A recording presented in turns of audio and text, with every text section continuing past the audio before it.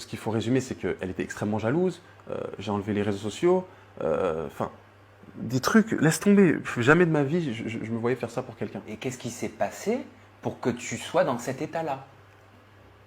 Donc tu veux que je t'explique comment elle m'a trompé avec plusieurs hommes pendant plusieurs mois, avant le mariage et pendant le mariage? Je vais t'expliquer tout ça. Je vais t'expliquer. Donc ce qui se passe, c'est que le 16 mai, le jour de mon anniversaire, lundi, je suis quelqu'un qui ne fouille pas, Sam. Donc je suis avec une femme qui plus est voilée, qui prie avec moi. C'est-à-dire que quand je rentrais de la maison, on priait ensemble. Aïcha, c'est la dernière prière du soir, c'est-à-dire que moi je faisais mes prières de mon côté. Quand je rentrais à la maison, on avait juste une prière à faire ensemble. Elle me regardait, c'est l'heure de la prière, mon cœur. On priait ensemble, Sam. C'est derrière moi, elle priait avec moi. Faut voir l'hypocrisie. Et donc du coup, ce qui se passe, c'est que le 16 mai, je me réveille d'un coup, je me dis, bon, elle a Snap. Elle a Snap, mais elle a que des amis filles, une dizaine d'amis, tranquille. Tu en privé quoi? Privé. Rien du tout. Je me réveille, je me lève, et je me dis, je sais pas pourquoi, faut que je prenne son téléphone, faut pas que je fouille, faut que j'aille dans Snap, dans les comptes bloqués. T'as eu un ressenti? Je sais pas pourquoi. Sam, je te regarde dans les yeux, je te jure que j'avais aucun doute, rien. Mais tu savais qu'il y avait des comptes bloqués donc sur Non, Snap. non. Ah. En fait, je me réveille, je me dis, il faut que j'aille dans ces comptes bloquer Snap. Je sais pas pourquoi. Incroyable. Je sais pas pourquoi, Sam. J'avais aucune preuve. Donc je me réveille. Je dis, ouais, tu peux me passer ton téléphone vite fait? Je suis pas quelqu'un qui elle me le passe parce qu'elle sait que je fouille pas, que peut-être que je vais envoyer un message à sa mère. Enfin, bref. Et je prends son téléphone, je vais dans Snap. Je regarde même pas les messages. Je vais dans les comptes bloqués. Je vois, il y a 6 mecs bloqués. Je dis, ok. Je prends mon téléphone, je fais une photo. Je fais une photo. Je contacte un des mecs, un seul. Et là, je tombe de 10 étages. Mais attention, on ne s'est pas quitté encore. Je suis resté avec elle. Parce qu'il y avait des preuves flagrantes, mais tellement l'amour était là, tellement la passion était là, que j'étais comme un mongol. T'as accepté? Ouais, non, j'ai pas accepté. C'est différent. Attention, non, je n'ai pas accepté la tromperie. Je l'ai cru à elle. Ah, Je vais d'accord, t'expliquer ce qui ok. s'est passé. Ah non, on ne pardonne pas la tromperie. On Certains- pardonne, certains le mais font, hein. ouais, mais non, non, merci. Et je laisse ça aux autres. Donc, je contacte ce mec-là et tout. Et je lui dis, ouais, voilà, moi, je suis le mari d'une telle. T'es qui? Il me dit, c'est une blague. Je lui envoie les preuves, les photos du mariage et tout. Il me dit, c'est une blague. Il me dit, appelle-moi. Il me dit, mais mec, j'ai couché avec elle pendant le ramadan quand elle est descendue. Je dis, quoi? Il me dit, j'étais en Espagne avec elle en novembre. J'ai dit, quoi? Il m'envoie des preuves, des preuves, des preuves. Et moi, avant de partir au travail, je dis à ma femme, écoute, j'ai contacté un mec, vois avec lui, tu as 2 heures pour régler, parce qu'il me dit qu'il a couché avec toi, qu'il a fait ci, qu'il a fait ça. Je laisse le bon soupçon, je vais au travail, règle-moi ça, tu as 2 heures. Et je pars pour te dire à quel point. Hein. Mais il m'envoie des preuves. Hein. Il m'envoie des preuves de ma femme, sans voile, en string sur un lit, d'accord, en train de fumer une chicha, avec ma bague au doigt. Il m'envoie les vacances en novembre qu'il s'est tapé avec elle. Il m'envoie un Uber qui lui a pris, parce qu'elle redescendait tous les mois, un Uber qui lui a pris pour qu'elle rentre à 2 heures du matin. Il m'envoie ça. T'imagines toutes les preuves? Bah oui, bah c'est. Enfin, je veux dire, il n'y a pas de place au doute. Sauf que le mec, il ne me ressemble pas. Petit, 1m70, blanc, rien à voir avec moi. Et la manipulation, elle commence ici. Je vais t'expliquer pourquoi. Et au fur et à mesure du temps, j'essaie de régler à distance parce que je suis au boulot. Je lui dis, mais qu'est-ce qui se passe? C'est qui ce mec? Il me dit, non, mais c'est un ami de la famille. Ça fait 8 ans, on le connaît. En fait, je suis allé le voir parce qu'en fait, il est amoureux de moi, mais moi, je vais un peu le voir parce que pour qu'il me laisse tranquille. Sa mère, elle me dit pareil, mais sa mère, elle n'est pas au courant de la puterie de sa fille. Elle ne sait pas. Elle croit sa fille. Donc, sa mère, elle me confirme, oui, c'est un psychopathe, laisse-le. Mais je lui dis, à ma femme, je lui dis, est-ce que tu as déjà eu des rapports avec lui? Elle me dit non. Je lui dis, s'il te plaît, dis-le-moi. Elle me dit non. À la troisième fois, elle me dit oui. Je dis, ah, mais c'est pas la même chose. Le mec, je l'appelle, je le rappelle, je dis, ouais, mais donne-moi des défauts sur. Enfin, des défauts. Une caractéristique sur ma femme qu'elle a. Il me dit, ouais, elle a une. Je dis, ah ouais, ok, d'accord, très bien, ça me va. Et au fur et à mesure du temps, donc, je rentre du travail le soir, avec toutes ces preuves, elle me regarde dans les yeux. Tu vois, la manipulatrice, elle me dit, non, mais ça, c'était le novembre d'avant. Alors que c'était le novembre de là, je le savais, hein, mais je l'ai gardé pour moi. Comment tu peux croire que je peux faire ça? Comment tu peux croire que je peux faire ça et pleurer? Regarde-le à côté de toi. Mais c'est juste un mec qui me saoule tellement. Vraiment, c'est parce que le gars, il a une fille aussi. Parce que je vais le voir de temps en temps. Parce que sa fille, elle me réclame, etc.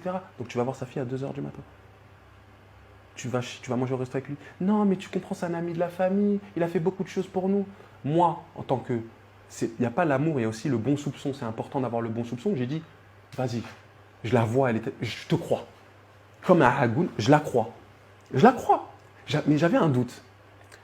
Et au fur et à mesure du temps, donc, pendant une semaine, j'étais pas bien parce que je découvre des trucs. Je découvre que finalement, elle n'a pas eu qu'un gars, mais elle en a eu plusieurs. Bon, bref, ça c'est autre chose. Chacun fait ce qu'il veut de son passé. Je ne juge pas. Moi, il faut me voir. Il fallait me voir dans la villa des cœurs brisés aussi. Je ne vais pas dire aux gens, je ne vais pas demander une femme vierge alors que je ne suis pas puceau. C'est vrai. Donc, ça non. Mais elle me dit des choses. Bon, elle me l'a caché. Bon, c'est pas grave parce que voilà, on ne dévoile pas ses péchés, on va dire, ou son passé un peu insalubre aux gens. Je peux comprendre. Il n'y a pas de problème là-dessus. Je reste là-dessus. Mais du moment que tu es carré avec moi sur le présent. D'accord ? Donc on était mariés, tout ça, bon, bref. Et les jours passent, ça va pas bien, mais quand même, ça va de mieux en mieux, malgré cette histoire. Et tous les 2-3 jours, Sam, mais là, ce que je t'ai raconté avec le gars, c'est 1/10 de l'histoire. C'est 1/10. C'est 1/10, Sam. Et au fur et à mesure du temps, tous les 2-3 jours, on passe. Et moi, en fait, j'ai développé quelque chose depuis petit. J'ai un instinct. Les gens ils vont se moquer, ils vont dire oui, mais si tu avais un instinct, tu ne l'aurais pas marié. Mais non, j'ai un instinct, j'ai un 6e sens.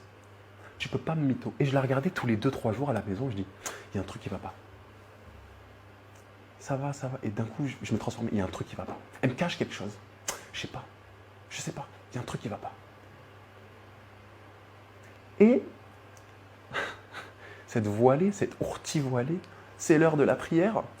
Elle sentait la patate venir. Et un soir, je décide au mois de juin, le 21 juin précisément, le 21 juin, je dis n'importe quoi. C'était même avant le 19, parce que c'était un samedi. Je la regarde comme ça, et je dis, je sens la patate. Et je vais à ma voiture, je me pose. Je me dis, il y a un truc qui ne va pas. À bout, il y a un truc qui ne va pas. Et je remonte, je ne dors pas avec elle. Et elle fait la gueule, elle me dit, ouais, ça recommence tous les 3-4 jours, tu doutes de moi, la manipulation. La manipulation. Je suis pas bien, je suis archi pas bien, je perds du poids et je commence à culpabiliser moi. C'est là la manipulation. Elle m'envoie des messages, oui, franchement, t'as pas confiance en moi, moi ça me saoule, je peux pas vivre comme ça, et moi je suis pas bien. Et je culpabilise, et je culpabilise. Donc tu crois que le problème vient de toi? Merci. Et je suis archi pas bien.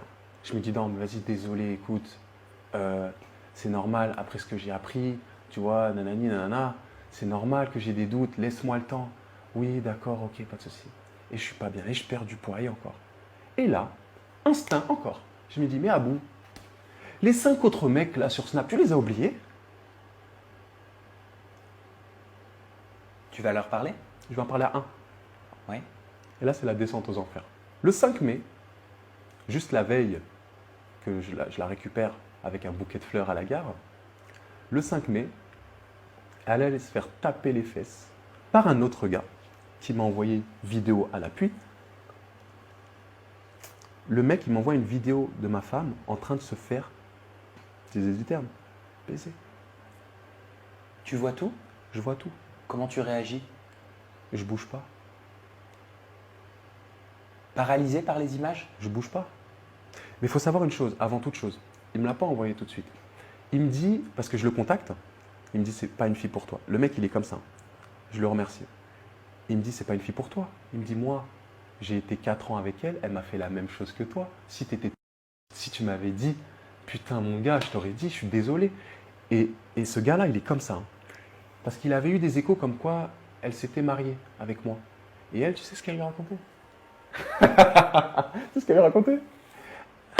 Elle lui disait non, mais ça s'est pas fait finalement, machin, couffin, voilà, nous, toi et moi, on n'est plus ensemble, mais je vais être ta PUTE, il m'envoie tous les messages. Et je dis, mais non, mais là, tu parles pas de ma femme. Alors que moi, je n'étais pas bien, je culpabilisais. Tu parles pas de ma femme. Il me dit, frérot, je peux t'envoyer plein de trucs. Vaut mieux pas. Écoute, laisse tomber. Je dis, mais attends. Il me dit, en plus, là, je l'ai vu en janvier, février, donc après ma demande, et je l'ai vu là, après le ramadan. Je dis quoi? Il me dit, frérot, laisse tomber. Je dis, comme ça, laisse tomber. Je dis, t'as fait un truc avec?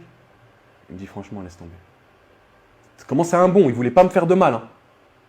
Il voulait pas me faire de mal. Hein. Le mec, je le connais ni d'Adam ni d'Ève. Hein. Incroyable quand même, je trouve, excuse-moi, permets-moi, mais de se faire filmer comme ça en étant en plus marié. Je veux dire, le risque, il se multiplie. Le truc qui se passe, c'est que ce mec-là, je lui dis s'il te plaît, envoie-moi des preuves, j'y crois pas. Ok. Et il m'envoie. Et je reste comme ça. Je suis au boulot.